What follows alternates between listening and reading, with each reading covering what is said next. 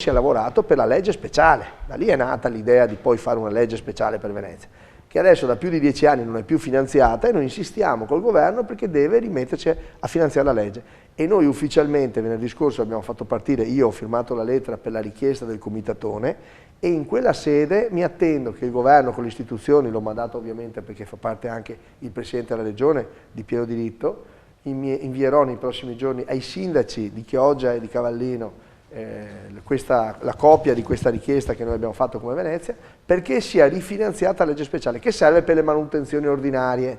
Scusatemi questa sovrabbondanza di informazioni, ma è bene chiarire, il Mose si aprirà, cioè chiuderà le bocche di porto 5, 6, 7 volte al massimo all'anno, il resto deve restare aperta la marea, perché sennò si entropizza la laguna, cioè muore tutto.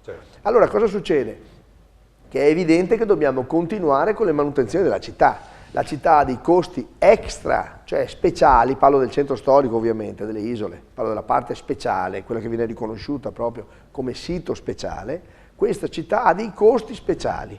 Noi abbiamo un delta di costo che in altre città non c'è, e per cui quel delta di costo era quello riconosciuto dalla legge speciale e non c'entra nulla con il Mose, che avrà altrettanti costi e costi diversi, di cui assieme allo Stato dobbiamo farci carico con dei provvedimenti speciali.